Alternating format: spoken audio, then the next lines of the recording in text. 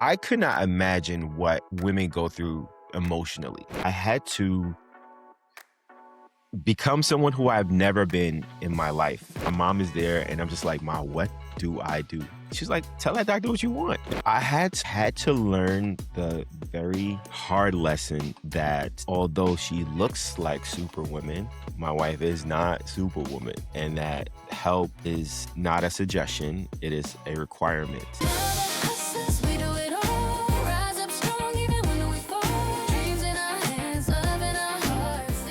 Welcome to Baby Bump and Business, the podcast exploring what it really looks like to build a business and a family at the same time. I'm your host, B. Troford Wilson, photographer, educator, and first-time mom, sharing the real unfiltered journey of parenthood and entrepreneurship.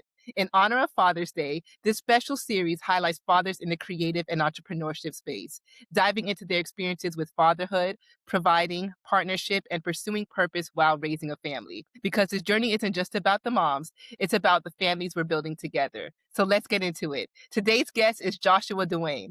Joshua is an award-winning photographer, director, and content producer based in Brooklyn, New York.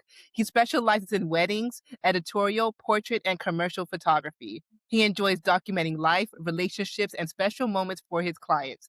He believes that the camera is a tool that is used to capture authentic stories and evoke long-lasting memories and emotions. Welcome to the podcast. Thanks for having me, B. I'm happy to be here. Yes, yes. So I want to dive right into it. You and your wife are business partners. I want to Yes. start there because as Okay. creatives, we're difficult human beings. I'm not even going to lie. So what was that like to build a partnership from going from just being a couple to life partners to becoming business partners? What was that transition like for you guys? You know, it's funny. There wasn't much of a transition at all, to be honest with you. We started dating when I was sort of like figuring my business out. And I had a day job at the time and I really didn't have any time to see my wife. I would shoot weddings on weekends, a typical time that we would, spend and hang out together. And then from Monday to Friday, I had a 9 to 5 and I was pulling like, 12-hour days. So it was tough. So in the beginning, it was like, "Hey, I got to shoot. You mind coming with me? I could really use your help," that sort of thing. And it sort of naturally evolved into sort of like a partnership. I definitely needed her. She was very new. She didn't know anything about cameras or photography or entrepreneurship in general. So we sort of like built our partnership together along at the same time, learning from our mistakes, trying new things, discovering new ventures or new ways to sort of generate income. It was an interesting time. That's beautiful. That's beautiful. You often don't hear that, or you'll hear you often really just don't hear it. It just like naturally flows into a beautiful relationship and business partnership. So I think that that's beautiful to even hear about and be able to witness. So Well, it kudos was to tough. y'all. It was Oh tough. yeah. Don't get me wrong. It's beautiful today, right? It's beautiful Right. today. But it was definitely tough. Me personally, I was real passionate about my business. I was real passionate about being a creative. And then, Mm, you have someone who is passionate about making you succeed, but not necessarily as passionate about the task at hand. I would eat, sleep, breathe photography and creating and sort of creative elements. I would try to find creativity anywhere. We would be in a car going somewhere, and she's like, "Oh my gosh, you gonna stop the car to like take a picture to like remember this place for a client that you don't even have right now? Uh, we're going on vacation," and I like always have my camera with me. She's like, "Are we going on vacation or is this like a photo shoot?" And I'm like, "Why can't it be both?" You know what I'm saying? So yeah, it was tough for both of us. I'm not even gonna lie. It was growing pains initially. I would say probably for the first like half of we've been doing this for like 16 years, I think, about now. So like it was tough for the first 5 years, I would say. Just trying to get our bearings and try to like figure out our path, what our roles are, how we're comfortable, her allowing me to be me in the spaces that I need to thrive in. And then also her just allowing her to see at her own pace. You know what I mean? mm, Two people are not going to be on the same. For us specifically, we weren't going to be on the same space gradually. Like I've been doing photography since I was 14 years old, right? Like, and she met me doing it, right. so I could. I mean, now looking back, it'd be foolish for me to expect her to have the same enthusiasm that I had earlier on. So it was definitely some growing pains for sure. So at what point were you guys in your business when you guys decided to get married? Like would you guys start as business partners and then you led into marriage, or was it marriage and then business partners? It was marriage came second. So Okay. actually, let me take that back. Let me take that back. So she was always my like, she started off coming and helping and then came out to be like my assistant. In between that, sort of like assistant transitional period, we got married in between that. And then it wasn't Mm. up until probably like 2 years after I got married. I think yeah, we had a conversation. I was like, listen, I got all these second shooters I'm using for these weddings and they're great, but like you can do this. Like you can absolutely do this. And she was like, "Yes, I want to do it." So we had a conversation and about 2 years into our marriage and decided that, she would be my full-time second photographer. Ooh. Okay, so what does that look like being okay, so now that you guys are business partners, that means y'all Hmm. together a lot. Y'all are shooting Yeah. together, y'all are home together. How Hmm. did you have to find that balance, or what did you guys do to still be able to protect the union you guys have as a married couple? Balance? Is that I'm an entrepreneur. I don't know what balance is. For us, we were pretty young. We were in our 20s. So w no children, finding that balance, there are pockets for that. Like you being intentional. We love to travel. We found a passion in traveling and doing new things. And especially if you don't have any children, like you can pick up and go anywhere. Like we would just be like, hey, I found a flight. I found a flight. It's cheap, but we got to drive all the way to New Jersey to get on the plane. I'm like, all right, let's do it. And we would just go. We would have to be really intentional with our balance because we're with each other all the time. So I joke about bringing cameras and on vacations and things like that. This is absolutely true. But being intentional about having the time where you're not necessarily working and you're not necessarily like trying to get your next gig and making plans for the future in terms of business, we definitely did that. We definitely like made sure that we are not gonna we're not gonna just be workers and we're just not gonna just be partners and then that's the only thing that we're do. We have to find a balance in terms of what our passions are, and we did that. Beautiful, beautiful. When it came to deciding to expand your family, what was that conversation like for both of you guys, being that you guys live together, you're working together, so your Mhm. income is together? What was that plan of, okay, if we want to go into this, what is that going to look like for us as well as our business? You know, that's a canned question because we never really had that conversation. We knew we wanted children, and we just like it was like, all right, let's just wait until like a year after we get married, then we'll start planning. And then a year came, and then 2 years came, and three, and then there was no kid. There was like no child, and we were trying. It was just we were really confused, and at that point, it's like there is no question like what is going on. And then series of surgeries and things like that, and then going to see doctors and all that. And then we had our child. So there was no like, okay, this is what we're going to do. No, we knew very early on that we wanted to have children very early. I won't say very early, like a year after our marriage, and then we would take it from there. And that's why I said it's a canned question because I can't answer it So, fully. right. So, well, let's go back a little bit if you don't mind diving a little bit into Sure. that. What was that like, trying and having to try harder, from from a man's perspective and being that support system, what did you find that you had to do to support your wife going through that process? Man, so first off, it was for me, I could not imagine what women go through emotionally. That's number one. I mean, you're going through the process of trying to have a child, and you really don't have a diagnosis in terms of why it's not happening naturally. It becomes sort of like schooling. You have to educate yourself on, the different reasons why. Once you find out why, that's just half of the equation. We sort of took on a completely different emotional role in our marriage where it wasn't just our love for each other, but it had to be a safe space and comforting and sort of understanding. My wife, one time we went to see the doctor, one of the very first times we went to see the doctor, I had no idea what was going on. I was like, yeah, it's not me. I'm completely fine. All good. And then the conversation, the doctor just like looks at me. He's like, well, the man could be the problem as well. And I'm just like, and it's just like, and my wife automatically sort of looked at me and was just like, babe, you're fine. Everything's good. We'll just figure out what the reason is.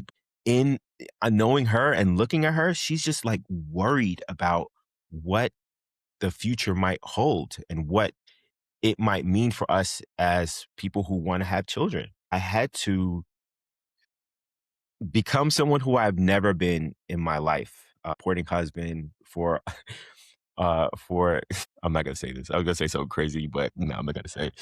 But I had to be a supporting husband, and I think that was really important for me.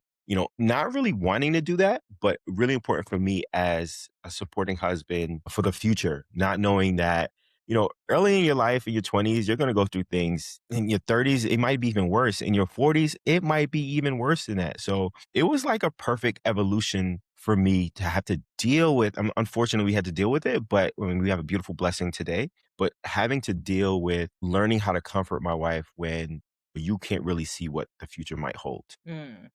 And I think that's something that a lot of men aren't having that conversation of what that looks like, and especially Hmm. what that support looks like, because when you don't know how to support your wife through something that she's never experienced before, you know? You Hmm. don't know how to support your wife because you don't it's hard, it may be hard for her to communicate what she's feelings or things like that, and I think that that's something that, especially when it comes to marriage or partnership, that we don't really realize when we first get into marriage or get into Hmm. dating, that you're going to evolve and you guys are going to reach roles that you may have never predicted, and you have to figure out how to Hmm. get through it together. And I think that that's thank you for sharing that, and just being transparent with that. That's beautiful, beautiful. So go ahead. It's really hard for men to sort of understand what women go through. Like, we're not educated. No one tells us like, one day there might be an issue and you're gonna need to be the backbone for her for this issue that you just have no idea how what the future might hold. Which, I mean, thankfully we had an amazing supporting cast. Like, our parents were great. They would, fly to us, they would come to us. They were every surgery, every doctor's visit, or anything like that. And thankfully, I saw what my family could be and what my Mm, family was, which really helped me to be a really supporting husband. I can't imagine if I had to, you know, lay the burden of every single visit, I mean, I did go to every single visit, but be there alone and supporting. I mean, there was one time where my okay. wife had a surgery where they had to move one of her tubes. And we went into the surgery, and the doctor's job, what he told us would be that he would just clean the tubes up. If he had to, we would just remove the one tube. And we're talking about fallopian tubes. And I'm at the hospital, we're waiting surgery. My mom's there, her mom's there. And I get a call from from one of the nurses. She's like, hey, the doctor wants to speak to you. And I'm like, is she out of surgery yet? And he's like, no, she's still in surgery. Now I'm freaking the hell out. And he's like, hey, Josh, so I just want to let you know, I've gone in and that tube was, one tube was bad. I repaired that. It was beyond repair, but I'm gonna have to remove the next one as well. And I lost it because my wife and I never talked about removing both of her tubes. We never talked about what that would mean for us. We went into it with, sort of like a very narrow mindset and thinking like, okay, this is where it's gonna be. This is how it is. We'll just go in, we'll do what we need to do and leave. But obviously, with medical situations, things can change very, very quickly. I didn't know how to handle that. I was bawling because now my wife is under. She's not awake, and I have to make a decision based off of her health that we did not discuss, nor could we even had. I mean, at that point, we didn't know. My supporting cast, my mom is there, and I'm just like, "Ma, what do I do?" She's like, "Tell that doctor what you want." I was like, "Okay, doc, listen, I didn't speak with my wife about this, and she gonna be hella pissed at me if she wake up and she don't got both her tubes. I need you to do your best job at the other tube and do what you said that you were going to do." He was Mm, like, "All right, but if I can, I'm gonna take." I was like, "Do what you said that you want to do." And thankfully for my mom, who just sort of was just like, "Josh, you know what you got to do. You have to be firm and just not let people sort of do anything." And that sort of like helped me through. Like, I'm not a strong husband on my own. That's ridiculous. We're strong because of the people who we have around us, because of circumstances that we've been around and we've gone through in the past. So I can't take credit for being a strong husband right off the bat. I really do have to thank my family for that. That's beautiful, and thank you for sharing that. So I wanna dive a little bit into going through this process. You guys work together. So Mhm. what did that look like for your work going through that transition of the trying, the surgeries? What did you guys have to do in order to still be able to provide financially during that time? It was business as usual. I mean, from the outside looking in, no one knew. I mean, like most people, you don't really know what trials and tribulations they're going through. It was really just business as usual, the hustle, the grind. My wife is a strong person. She worked throughout, and we eventually got pregnant about a year, maybe a year and a half later. And she worked through that as well, up until probably about 7, 8 months. She was still grinding, still by my side, and we made it work. That's beautiful. That's so did you ever tell her, "Okay, now it's time for you to sit down?" Oh, absolutely. Listen, she would be still working, and I'd be like, "I got this. You ain't got to do nothing." But it was great still having her there. You know what I mean? Like, I didn't Right. even have to I wouldn't go to work. I mean, I was still traveling. I remember going to like the Caribbean and going overseas, and her being pregnant. It was great having her there as long as she could travel, and not necessarily having to worry because you worry about your loved ones, you worry about everything. So I don't have to send a text. I could just look over like, hey, you good? Like you take She's it a little good. bit too crazy right now. I have to see. And I think that's funny because, like, my husband's Caribbean, and that's how he didn't like that I was working throughout the pregnancy, and I remember my last job, I was 37 weeks, he's like, "I'm coming to set with you," and I'm like 37 is crazy. yeah, I was like, "It's the 37 last is crazy. job." They brought a couch for me. It was real comfortable, but he was like, "I'm coming," and I'm like, "I don't want you here," but he came anyway, and he just, like, looking like a security guard, just said, like, He "You got to good, protect you. you That's his good." job. And I think it's beautiful. Now that I look back on it, okay, I'm grateful, I'm thankful. But I'm like, "Boy, I got this. I know," like you said, like, when you're worrisome, you wanna be able to look over and know that your wife is good, the baby's Yeah. good, that everything is going good. Beautiful. Shout out to your husband. Thank you. So, what did it look like? So, you have your beautiful baby girl. What was that maternity leave process for you and your wife? Did you guys have one? Did y'all plan one? Did y'all slow down with work? What did that look like? We entrepreneurs, sis. Right. Maternity leave is tough. So my wife definitely did.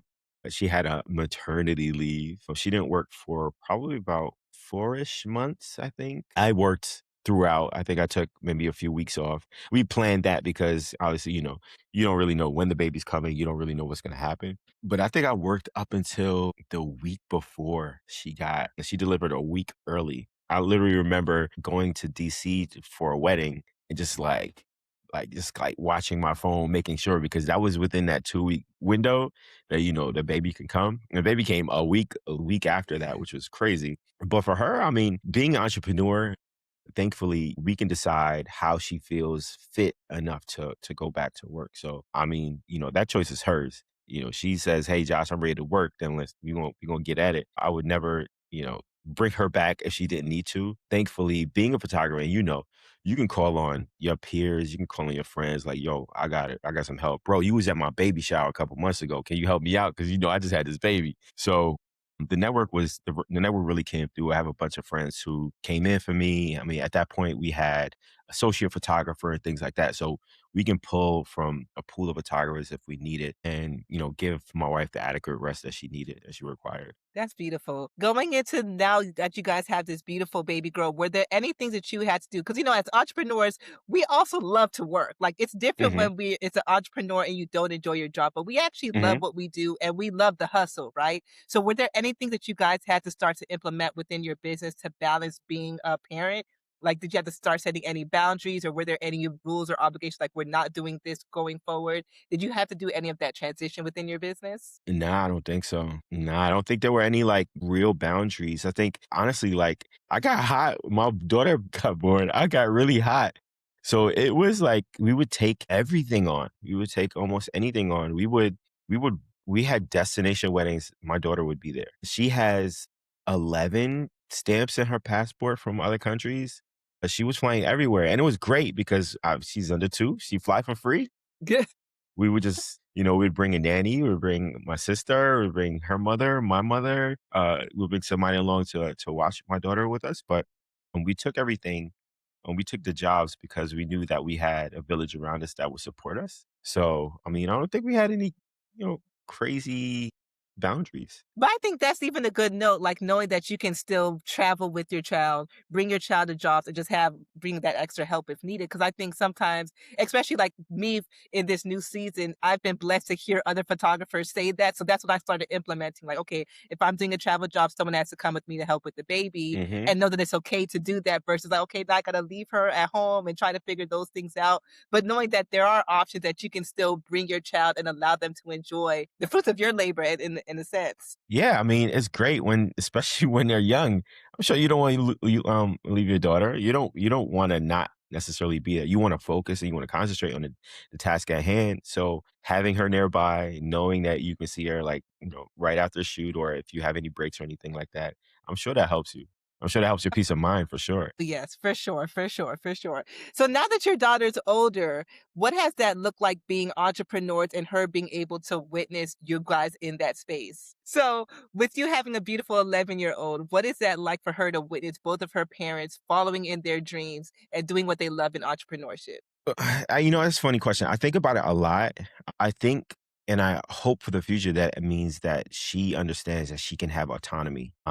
That it's not necessarily uh, a rigged game in terms of having to buy into something or somebody else's dream. My wife is currently right now a jewelry designer, so she has her own business as well, called Earring Envy. Shout out to Earring Envy, short plug. And my daughter sees that, like, we go to pop up shops. My wife packs her. We get orders online. My wife's packing her jewelry. She sees my wife designing earrings. She knows about trips to manufacturers. She sees us going on weddings. She comes with us to shoots. We currently have a studio now, so whenever there's an opportunity for us to be in studio, she wants to be there because she wants to either help out or see what's going on. So for me, what I hope this exposes her to is that she understands that there's autonomy. She understands what a typical 9 to 5 job would be, a doctor, lawyer, civil servant, whatever. She understands those things, but to have a firsthand understanding of what the entrepreneur does,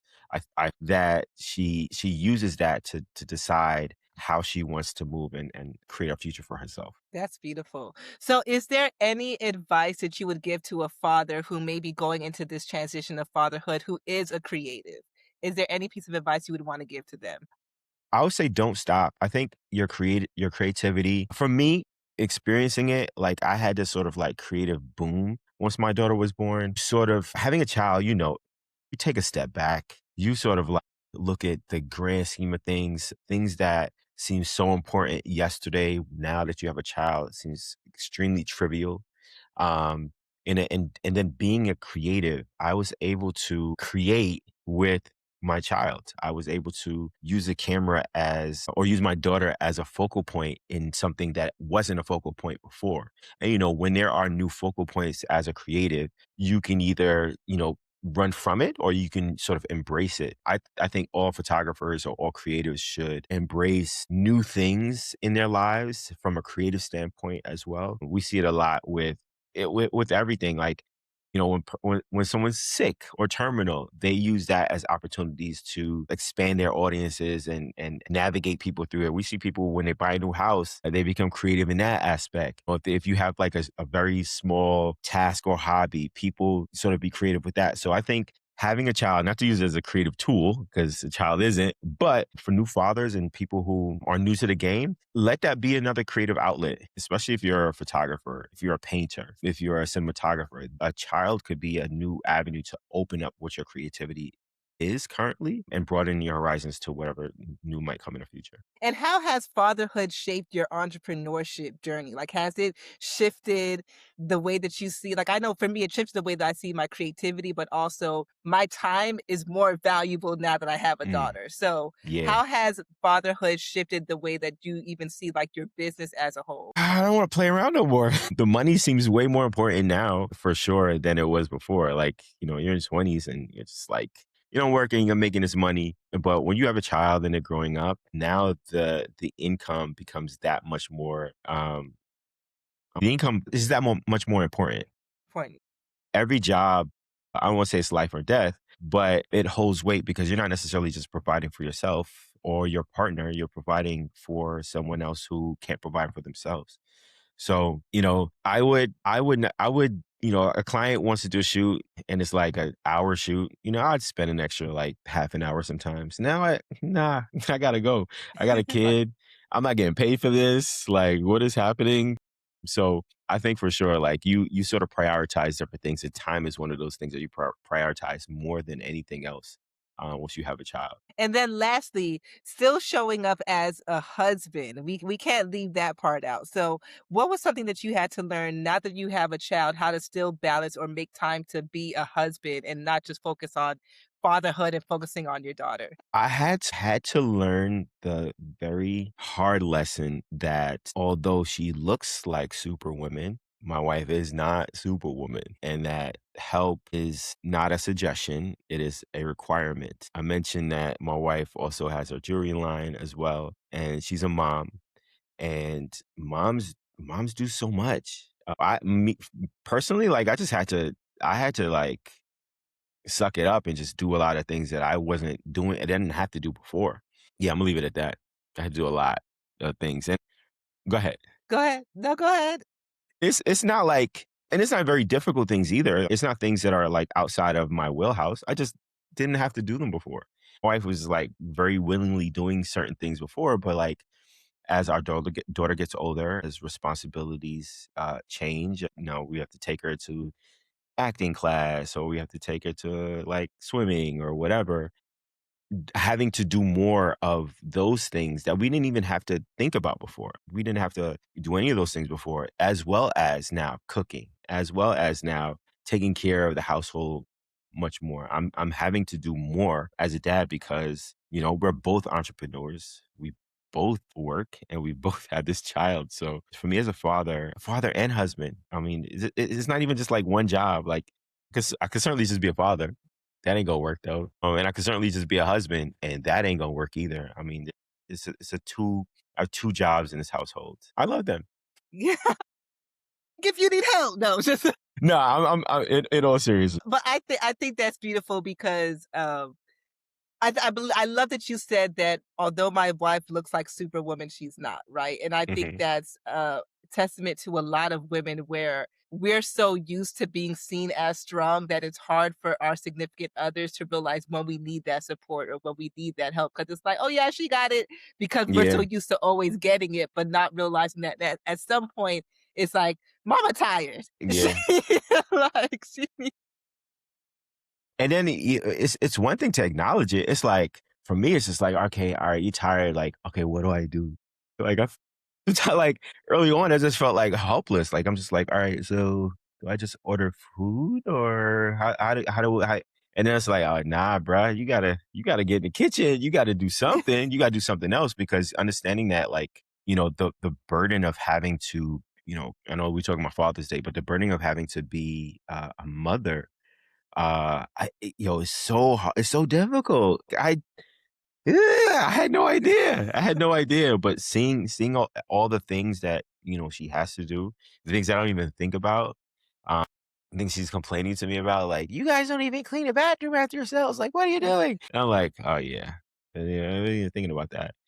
It's So tough. so I wanna ask, so for any man who is listening to this, who does not like, who's going experiencing or going through that transition where they're not really noticing those things, what would you get? Because it's not like we learned this in the schools, like, okay, the wife does this, the husband does this, you're gonna experience Yeah. this together. We don't learn this until we're in the middle of it, and it's like, "Okay, we gotta figure this thing out," you know? So what would you Mhm. say to a man who's going through that transition that does not know how to support their wife in this transition or doesn't know who to ask for help? My advice is tough, right? Because gender roles are something that can be different for each marriage or each relationship. So probably the conversation starts there. Like, are you guys subscribing to gender roles, or what roles do you guys want to play in a household? And then even then, that conversation is ongoing. It isn't like, okay, this is your job and this is not my job, and I do this and I don't do that, because we all change. We all have busy seasons. Things aren't necessarily always constant. So I think the roles that I played very early in our marriage, they're not the same roles that I'm playing, I'm having additional roles or I'm having less roles or like things definitely do change. So the advice that I would have, I would think I would say to any fathers in the situation, it'd be to have conversations and being very open about what you want to do or and being very communicative of or with your partner about what they do or what they want to do and how you guys can come together because I mean ultimately it's a partnership and if the partnership wins you win.